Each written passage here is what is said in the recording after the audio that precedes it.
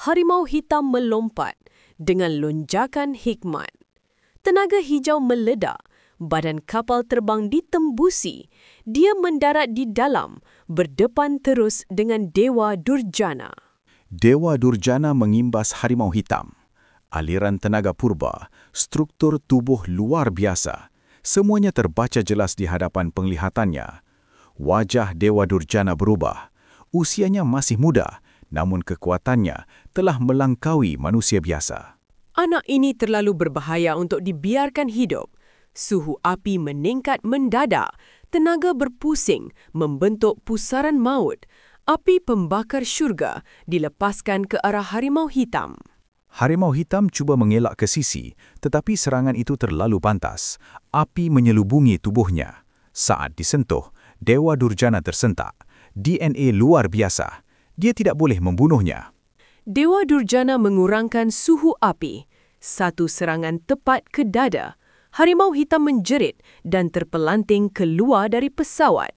Letupan menggegarkan langit. Tubuhnya jatuh dalam api dan kelajuan. Namun pada saat genting itu, Dewa Durjana tidak membiarkan harimau hitam mati terhempas begitu sahaja. Satu arahan segera diberikan untuk menahan kejatuhannya. Persoalan pun mula timbul.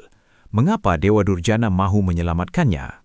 Harimau hitam terhempas ke atas sayap pesawat. Pesawat menjunam, harimau hitam terpelanting dan jatuh ke kaki tebing. Harimau hitam jatuh terhempas. Pesawat penempur telah menghilang. Dia tersedar dalam kesakitan. Satu ingatan menyentaknya dan dia terus bertindak. Api menyambar hutan. Datuknya telah dicolek. Harimau hitam melihat ibunya terbaring di tanah. Dia mendongkong tubuh itu. Harimau hitam cuba menyelamatkannya, namun sudah terlambat. Penyesalan menikam jiwanya. Hikmat yang dimiliki telah meragut nyawa insan tersayang. Sambil mendongkong jasad ibunya, tekad untuk balas dendam. Syurga Raya kembali beroperasi. Ruang udaranya dikawal ketat. Namun satu penghantaran dari Tibet membuka semula kisah harimau hitam ketika kecil. Kenangan silam kembali, berputar seketika. Dia tersedar, air mata mengalir apabila wajah ibunya terlintas di fikirannya. Akhirnya, harimau hitam telah sampai ke Syurga Raya dengan bersembunyi di dalam kotak sarang Hang Mim. Namun berita tentang pembunuhan Arhat Esa telah tersebar luas. Menyedari dirinya kini diburu, harimau hitam segera melarikan diri dan kembali bersembunyi. Pada masa yang sama, kematian Menteri Kewangan menggegarkan Syurga Raya. Dua pakar perubatan terkemuka dipanggil untuk menghidupkannya kembali. Dr. Paul dan Dr. Phoenix dipercayai mampu menghidupkan semula Menteri Kewangan. Namun berita pembunuhan Arhat Esa menggegarkan Syurga Raya. Harimau hitam, bekas pelajar elit, diisytiharkan penjenayah berbahaya. Ganjaran besar ditawarkan. Kini dia hidup dalam pelarian dan terpaksa menyamar untuk terus bertahan. Hospital Kerajaan Syurga Raya menjadi pusat perhatian. Dr. Paul dan Dr. Phoenix memulakan pembedahan bersejarah. Segala harapan kini bergantung kepada mereka. Selepas sterilisasi, Dr. Paul memulakan pembedahan.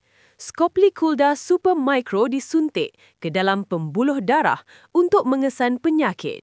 Scopely Kulda mengesan saluran darah tersumbat, peredaran darah terhenti, punca kematian berjaya diberjaka pasti dalam masa singkat.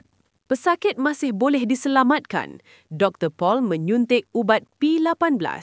Letupan mikro memecahkan darah beku dalam pembuluh darah. Dr. Paul menunggu reaksi ubat P18. P18 meletup dan memecahkan darah beku dalam pembuluh darah. Alat pengejut jantung digunakan. Denyutan jantung pesakit kembali berfungsi.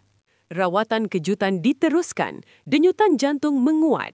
Namun kesan rawatan tidak bertahan lama. Beberapa saat kemudian, jantung pesakit berhenti semula. Dr. Paul cuba meneruskan rawatan namun jantung pesakit tidak bertindak balas. Selepas 30 minit, rawatan dihentikan. Pesakit disahkan meninggal dunia. Dr. Phoenix menghampiri pesakit. Dia meneliti titik akupunktur di seluruh tubuh pesakit. Sebuah peti khas dibuka. Jarum dan alat logam sedia digunakan. Dr. Phoenix melancarkan jarum-jarum khas, setiap satu tepat ke sasaran. rawatan sebenar bermula. Alat elektronik diaktifkan. Rawatan ini disangka mustahil, namun akupunktur purba digabungkan dengan teknologi moden. Jarum diaktifkan. Dr. Phoenix memejamkan mata dan mengayunkan bekas logam. Keraguan masih menyelubungi mereka. Bekas logam memancarkan cahaya. Tenaga hijau mengalir. Dr. Phoenix menghentam dada pesakit. Letupan tenaga tercetus. Semua terkejut. Di Kementerian Pertahanan Syurga Raya, Marshal Surya memberi arahan. Naga Merah ditugaskan meletupkan komet dan bintang dengan kuasa badan titanium. Pintu besi dibuka. Seorang lelaki muda bersama seorang lelaki berusia melangkah masuk ke dalam bilik. Dialah Naga Merah. Kini dia telah dewasa. Tubuhnya tegap, wajahnya matang dan berwibawa. Naga Merah berdiri tegak dan memberi tabik. Operasi mesti diselesaikan dalam 2 jam. Sasaran dikenal pasti, bintang yang menuju ke New York. Tanpa ragu, Naga Merah berlepas demi mempertahankan Syurga Raya. Kelajuan dipercepatkan. Naga Merah kekal tenang di atas pesawat. Radar mengkonfirmkan bintang pertama akan muncul. Misi mesti diselesaikan dalam 3 minit. Di hadapannya, cahaya merah mula kelihatan. Naga Merah kekal tenang. Dia meningkatkan tenaga dalaman dan bersedia memusnahkan bintang itu dengan kekuatan badan kebal titanium. Letupan cahaya merah memenuhi langit. Takdir Syurga Raya kini dipertaruhkan. Dapatkah Dr. Phoenix mengubah takdir dan mampukah Naga Merah menyelamatkan dunia? Sila ikuti sambungan cerita ini dalam jilid 5 yang akan kembali tidak lama lagi.